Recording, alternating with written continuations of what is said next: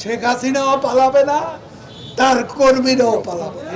হাসিনা পলাইছে, তার কর্মীরাও পলাইছে, এমনকি কাউয়াও পলাইছে। এডিটর সাহেব, কাউয়ার সাউন্ড নেন অনেকদিন পরে। আর জোরে জোরে, আরো জোরে, আরো জোরে, আরো জোরে। আছে হাসিনারে পলাইতে হয়েছে, তার কর্মীদেরও পলাইতে হয়েছে। হাসিনারে পলাইতে হইল কেন? সে তো ক্যান্টনমেন্টে থাকতে পারত, অনেকেই ছিল। এমনকি আওয়ামী লীগের দুর্গখ্যাত গোপালগঞ্জে থাকতে পারত। রাজাপাক সে তো ক্যান্টনমেন্টে ছিল বেশ কিছুদিন। একইভাবে তার রাষ্ট্রপতি ভবন দখল হয়েছিল শ্রীলঙ্কাতে। পরে দেশ থেকে বাইরে গেছিল মাত্র 52 দিনের জন্য, 2 মাসও না। পরে ফিরে আসিছে। হাসিনা 2 বছর ধরে আসে না, হঠাৎ সে দেশে ফিরবে ঘোষণা দিছে রয়টার্সকে দেওয়া এক সাক্ষাৎকারে। কানাডানি বলছে যে আগামী ডিসেম্বরে দলের নেতা কর্মীদের সঙ্গে নিয়ে সে ফিরে আসবে নাকি, আয় নাকি আদালতে আত্মসমর্পণ করবে। হ্যাঁ, আমাকে ফাঁসির হুকুম দিয়েছে, আমাকে একটা মামলা দিয়ে মিশছে, অনেক শাস্তি দিয়েছে। আমি এটা করি না। আমি বলবো ঠিক আছে, জেলখানা রেডি করেন, ফাঁসির মঞ্চ রেডি করেন, আমি আসছি। তারপর ওর লেসপেন্সার গুলো এক একজন করছে, হ আমাকেও কইছে নেত্রী, আমরা একসাথে যাব, প্লেন ভাড়া করে নিয়ে আসবে নাকি, চার্টার করে। আমরা এখান থেকে লন্ডন থেকেই মানে ইংল্যান্ড থেকেই 10টি চার্টার প্লেন আমরা নিয়ে যেতে চাই। এটা আমাদের নিজস্ব, এটার মানে হলো সবাই কন্ট্রিবিউট করবে। আমাদের যারা নেতাকর্মী প্রত্যেকে তাদের টিকেটের টাকা দিবে এবং আমরা 10টি, তার মানে 220 সিটা, মানে 220 জন একটা প্লেনে যেতে পারবে। আমরা অলরেডি আমাদের এজেন্টদের সাথে কথা বলছি, তারা এটা ওয়ার্কআউট করছে, আমাদেরকে জানাবে এবং এই প্রস্তুতি সম্পন্ন আমরা ইতিমধ্যেই করে ফেলবো। প্রত্যেক জায়গায় আমাদের নেতৃবৃন্দ দায়িত্ব নিচ্ছেন। তো আমরা প্রস্তুতি নিচ্ছি এবং নেত্রীর আমরা চেষ্টা করব নেত্রীর প্লেন লামার আগেই আমরা যাতে সেখানে থাকতে পারি। আমাদেরকেও তিনি নির্দেশনা দিয়েছেন যে আমরাও যেন সব তার সঙ্গে একসঙ্গে আমরা যারা এখানে অবস্থান করছি আমরা যেন দেশে ফিরে যাই। আপনি এটা শুনেছেন, এটাও জানেন আমাদের মাননীয় নেত্রী যা কিছু সিদ্ধান্ত নেন বুঝে শুনেই নেন এবং তিনি তার সিদ্ধান্ত অবিচল থাকে। এখন প্রশ্ন হইতেছে, হাসিনা কেন ফাঁসির দড়ি গলায় পড়ার জন্য আসতে চাইতেছে? হাসিনা ফিরে আসাটা কি বাস্তবসম্মত? আসলেই কি সে ফিরবে বা চাইলেই কি ফিরতে পারবে? এই বিষয়টা বুঝার আগে ইন্ডিয়া হাসিনারে নিয়ে কি সমস্যায় পড়ছে সেটা একটু বুঝে দেখি। আসেন, আপনি নিজেরে ভারত রাষ্ট্রের জায়গায় বসান। আপনার কাজ হইতেছে ভারত রাষ্ট্রের স্বার্থ দেখা। এইভাবে চিন্তা করেন, আপনি হাসিনারে নিয়ে কি সিদ্ধান্ত নিতেন? তাহলে প্রথমে দেখতে হবে হাসিনা ইন্ডিয়ার কাছে কি কি লাগে। বাংলাদেশের ভবিষ্যৎ নেতা না, পরবর্তী প্রাইম মিনিস্টার আম্মু না, পরবর্তীতে যে দল ক্ষমতায় আসবে তার নেতা না। ইন্ডিয়া তো বেকুব না, তারা জানে হাসিনা তার দল তার 14 গোষ্ঠী জিন্দেগিতে বাংলাদেশে ক্ষমতায় আসতে পারবে না। তাহলে হাসিনারে সে পালবে কেন, রাখবে কেন? হাসিনা আশ্রয় নেওয়ার 1 মাসের মধ্যে আলাপ উঠেছিল হাসিনা ইন্ডিয়ার জন্য একটা কূটনৈতিক মাথা ব্যথা হয়ে উঠেছে, দেখেছেন? আবার হাসিনারে যদি না রাখা হয় তাহলে আবার আরেক সমস্যা। ওইখানেই লিখেছে, ইংরেজি যেহেতু লিখেছে তাহলে ঠিকই লিখেছে, তাই না? এটা বাংলা করলে এরকম হয় যে হাসিনারে যদি না রাখে তাইলে দিল্লি ঘনিষ্ঠ আঞ্চলিক নেতাদের কাছে বার্তা যাবে যে ভারত শেষ পর্যন্ত আপনাকে রক্ষা করবে না। তাহলে ভিন্ন দেশে ইন্ডিয়ার লেসপেন্সার সরকার বা রাজনীতিবিদ আছে, তারা তো আর ফ্রি সার্ভিস দেবে না ইন্ডিয়ারে। মানে ইন্ডিয়া হাসিনাকে রাখার একটাই যুক্তি যে তারে আশ্রয় না দিলে দিল্লি দাস যারা আছে তারা ইন্ডিয়ার উপরে ভরসা পাবে না। আবার উল্টা দিকে হাসিনারে রাখলে বাংলাদেশের সাথে তার সম্পর্ক নষ্ট হইতে থাকবে, বাংলাদেশে ইন্ডিয়া বিরোধী হাওয়া আরো বেশি উঠবে। ইন্ডিয়ার বাস্তব স্বার্থ আছে বাংলাদেশে, তার ব্যবসা আছে, ট্রানজিট আছে, ইন্ডিয়ানরা চাকরি করে বাংলাদেশে, বাংলাদেশিরা যায় ইন্ডিয়াতে, শপিং করে, টাকা খরচ করে, চিকিৎসা করে। হাসিনারে দরকার ছিল এইসবের জন্য, হাসিনা চলে গেলেও এইসব তো লাগবেই তার। এই স্বার্থগুলো তো রক্ষিত হবে না। ইন্ডিয়া পড়ছে উভয় সংকটে, মান কিসি পায়। হাসিনাকে রাখারও বিপদ, আবার আওয়ামী লীগকে পুনরায় সক্রিয় করাও সম্ভব না। ইন্ডিয়া মূলত এই 2টা সমস্যার সমাধানের চেষ্টা করতেছে, কিন্তু তার খাতে কার্যত ভালো কোনো অপশনও নাই। এই কারণে নানা ধরনের চাপ হাসিনারে দিতেছে। আসলে তাকে চাপ দেওয়ারই কথা। এই চাপের মধ্যে হয়তো অসহায় হইয়া বেপরোয়া হইয়া শেখ হাসিনা এই সমস্ত আউল ফাউল কথাবার্তা করতেছে। এই ধরনের কথাবার্তা বলার মধ্যে দিয়ে অবশ্য ইন্ডিয়াও পরীক্ষা করার চেষ্টা করছে যে কতটুকু সে পারে আরেকবার দেখে নেওয়ার জন্য। আমি মনে করি না ইন্ডিয়া যদি সত্যিকার অর্থে সুস্থিরভাবে কৌশলগত দিক বিবেচনা করে একটা পরিকল্পনা সাজায়, তাতে শেখ হাসিনাকে রেখা কিছু করা এবং শেখ হাসিনাকে দিল্লিতে রেখা এইভাবে কথাবার্তা বলতে দিয়াও খুব বড় কিছু অর্জন করা সম্ভব বলে আমি মনে করি না। ইন্ডিয়া শেখ হাসিনাকে অনিবার্য বলে মনে করে না, আসলেই তাই। শেখ হাসিনা ইন্ডিয়ার জন্য অনিবার্য না, অপরিহার্য না। হাসিনাকে অনাবশ্যক করে দেওয়ার চেষ্টা ইন্ডিয়া আগেও করেছে, সক্রিয়ভাবে করছে, ফাইনালি এক্সিকিউট করতে পারে নাই। কখন ছিল সেই উদ্যোগ? আজকালকার চ্যানেলরা হয়তো সেই ইতিহাস জানে না। আসেন সেটা দেখি। শেখ হাসিনা যে তাদের কাছে অনিবার্য না, অত্যাবশ্যকীয় না, অপরিহার্য না, এই ভাবনাটা নতুন না। এটা 2008 সালে এরকম একটা পরীক্ষা নিরীক্ষা তারা করছিল। তখন র্যাটস দিয়া সংস্কারপন্থী আওয়ামী লীগকে জন্ম দেওয়ার চেষ্টা করে ইন্ডিয়াই করেছিল এটা। র্যাটস মানে জানেন তো, RATS, রাজ্জাক, আমু, তোফায়েল আর সুরঞ্জিত, এই 4 জনের নামের প্রথম অক্ষর দিয়া র্যাটস। এরাই আওয়ামী লীগ ভাঙতে চাইছিল, সেটা ব্যর্থ হয়েছিল। এটার পিছনে কৃতিত্ব শেখ হাসিনার না, তৎকালীন এই ফখরুদ্দিন মঈনুদ্দিন সরকার জনরোষে পড়ছিল, তাদের উপরে মানুষের আস্থা চলে গেছিল এবং নির্বাচন দিতে বাধ্য হয়েছিল। এই পরিপ্রেক্ষিতে শেখ হাসিনা তখন আবার পুনরায় তার দলের দখল নিতে সক্ষম হয়েছিল।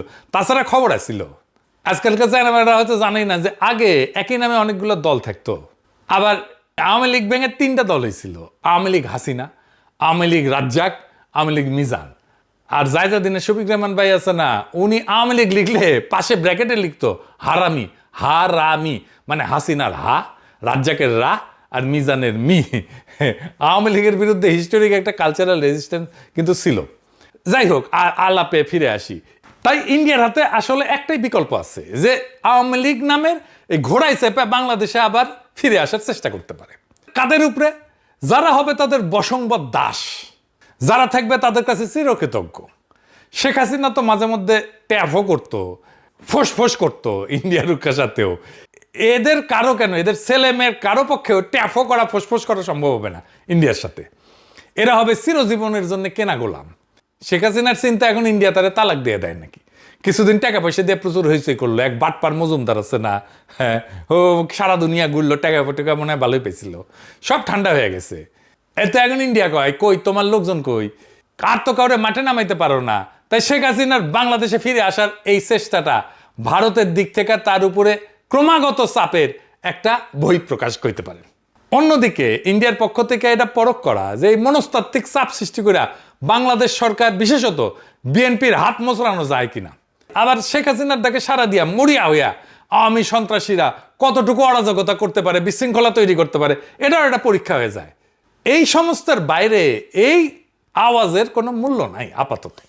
যে সমস্ত বাকশালী সন্ত্রাসী এখনো দেশের আনাচে কানাচে বিক্ষিপ্ত এবং বিচ্ছিন্নভাবে জাতীয় সম্পদ লুণ্ঠনকারী হাসিনার জ্ঞাতি গোষ্ঠীর সমর্থনে মিছিল বের করে, স্লোগান দেয়, তার মাত্রা কমে যাবে। আর দেখবেন সামনে কমে যাবে, এটা আর হবে না। শুধু রাজনৈতিক তৎপরতা না, এদের সামাজিক, সাংস্কৃতিক সহ সকল ধরনের কর্মকাণ্ডই বিএনপি, জামাত এবং এনসিপির মতো দলগুলোর সম্মিলিত প্রতিরোধের মুখে পড়বে। ফ্যাসিবাদ বিরোধী জাতীয় ঐক্য 24 সালের জুলাই আগস্ট মাসের মতো দেশব্যাপী পুনরায় আবারও দৃশ্যমান হবে। ফলে আওয়ামী লীগ এবং ইন্ডিয়ার প্রতি দুর্বল সকল রাজনৈতিক, সাংস্কৃতিক, সামাজিক শক্তিসমূহ ব্যাপক জনরোষের কবলে পড়বে। আগামী ডিসেম্বরে বাংলাদেশময় জুলাই বিপ্লবের পুনর্জাগরণ সৃষ্টি হবে, এটা দেখে নিয়েন, লিখে রাখতে পারেন। তবে এটাকে সংগঠিত করার যে কাজটা দেশের প্রধান 3টা দলের শীর্ষ নেতাদের ঐক্যবদ্ধভাবে এখনই শুরু করতে হবে। দেশে ফিরে আসার যে আস্ফালন খুনি হাসিনা করছে, তা বাংলাদেশের গণতন্ত্রের নব অভিযাত্রার পথে সবচেয়ে বড় হুমকি। ঘাতক, খুনি, লুটারেরা ফিরে আসা মানে ফ্যাসিস্ট দুঃশাসনের পুনঃপ্রবর্তন ঘটা। আমাদেরকে খুবই জোরের সাথে বলতে হবে যে শেখ হাসিনা ফিরে আসতে চাইছে, ভালো কথা। শেখ হাসিনা ফিরে আসুক, আমরা অবিলম্বে শেখ হাসিনার ফাঁসির রায় কার্যকর করব। ওর আপিলের কোনো সুযোগ নাই। শেখ হাসিনা ফিরে আসা মাত্রই তার বিরুদ্ধে রায় কার্যকর করার যে রাজনৈতিক দৃঢ়তা, এ বিষয়ে জুলাই শক্তির মধ্যে সার্বজনীন রাজনৈতিক ঐক্য এবং সংলাপ হওয়া জরুরি। শেখ হাসিনার রায় কার্যকর করার ব্যাপারে দৃঢ়তা এবং স্পষ্ট বার্তাই এই সমস্ত চালবাজি, ধাপ্পাবাজি এবং চাপ তৈরির কৌশল কার্যত পরাজিত করে দিতে সক্ষম। হাসিনাকে এয়ারপোর্ট থেকে সরাসরি ফাঁসির কাছে নিয়ে যেতে হবে, ওইখান থেকেই, ওই দিনের মধ্যেই ওরে ঝুলাই দিতে হবে। মানবতা বিরোধী অপরাধে আন্তর্জাতিক অপরাধ ট্রাইব্যুনালে মৃত্যুদণ্ডপ্রাপ্ত আসামি খুনি হাসিনাকে বাংলাদেশও ফেরাতে চায়। ইন্ডিয়া এই খুনিকে নিরাপদ আশ্রয় দিয়ে রাখছে, সেখান থেকে তাকে ধৈর্য বাইদ্যা বাংলাদেশে প্রত্যাবর্তন বা প্রত্যাবর্ষণ করতে হবে।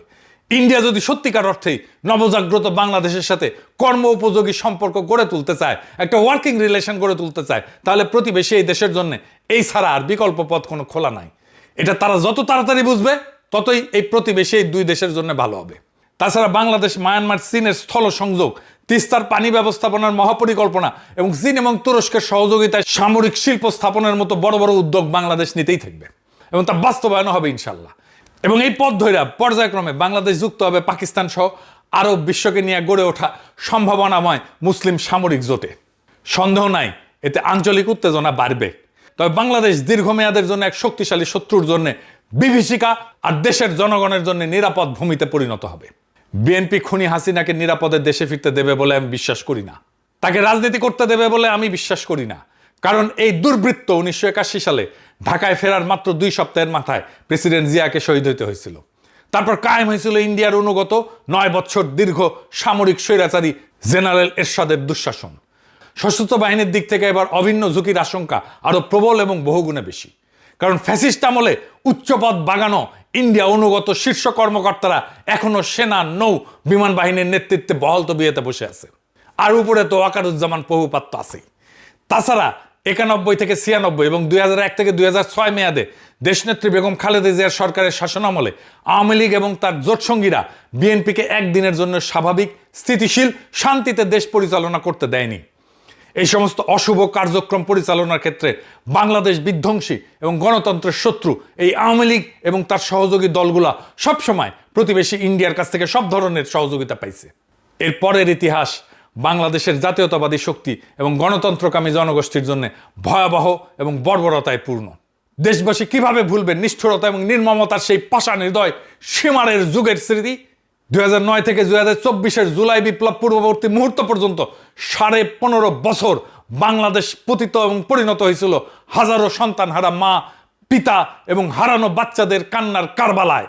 শুধু কি তাই, এই মহান নেত্রী বেগম খালেদা জিয়া এবং শহীদ প্রেসিডেন্ট জিয়াউর রহমানের কনিষ্ঠ পুত্র নির্যাতিত আরাফাত রহমান কোকর দুঃসহ জীবন এবং মর্মান্তিক মৃত্যুর পটভূমিকে মুছে ফেলা যাবে? যে যতই দয়াশীল এবং মহানুভব এবং সহিষ্ণু হোক না কেন, ইনশাল্লাহ এই ইতিহাসের উপরেই বাংলাদেশের ভবিষ্যৎ রচিত হবে। এর বাইরে অন্য কোনো পথ আর খোলা নাই। মহান আল্লাহ তাআলা রহমানুর রহিম, পরম ক্ষমাকারী, তিনিও বারবার ইনসাফ অর্থাৎ ন্যায় বিচারের কথা বলছেন। আমরা ন্যায় বিচার চাই। আর শেখ হাসিনা যদি নিশ্চিত হয় এবং সেই ক্ষেত্রে ইন্ডিয়া যদি বুঝে যায় কোনো রকমের আলাপ আলোচনা সমঝোতা পেছনের দরজা দিয়ে কোনো কিছু ডিল করে আসলে নিশ্চিত হওয়া যাচ্ছে না যে শেখ হাসিনাকে ঝুলতে হবে না, তাহলে শেখ হাসিনার বাপ, 14 গোষ্ঠী এবং ইন্ডিয়া কারো পক্ষে এই ঝুঁকি নেওয়া সম্ভব না যে ওই সে হাসতে হাসতে তার দলবল নিয়ে বাংলাদেশে ঢুকে পড়বে। হাসিনা কেন, হাসিনার সাথে দেশ থেকে পালায় যাওয়াদের মধ্যে থেকে এরকম আসার চেষ্টায় স্বপ্ন কল্পনায় যারা যুক্ত হবে তাদের সকলের জীবন বিপন্ন হওয়ার আশঙ্কা আছে। উপরন্ত আওয়ামী লীগ এবং তাদের দুঃশাসনের সময়কালে যারা জোট সঙ্গী ছিল, দেশের ভেতরে থাকা এরকম কেউই আর নির্বিঘ্নে জীবনযাপন করতে পারবে না। দেশে গৃহযুদ্ধ শুরু হয়ে যাবে। হাসিনার দলের লোকেরা যত বেশি ট্যাফও করবে, সবগুলোর সানডে মানডে ক্লোজ হয়ে যাবে। আজকে দেখলাম আম্মার রাজশাহী ইউনিভার্সিটিতে কেলানি দিচ্ছে। সাবাস, বাঘের বাচ্চা।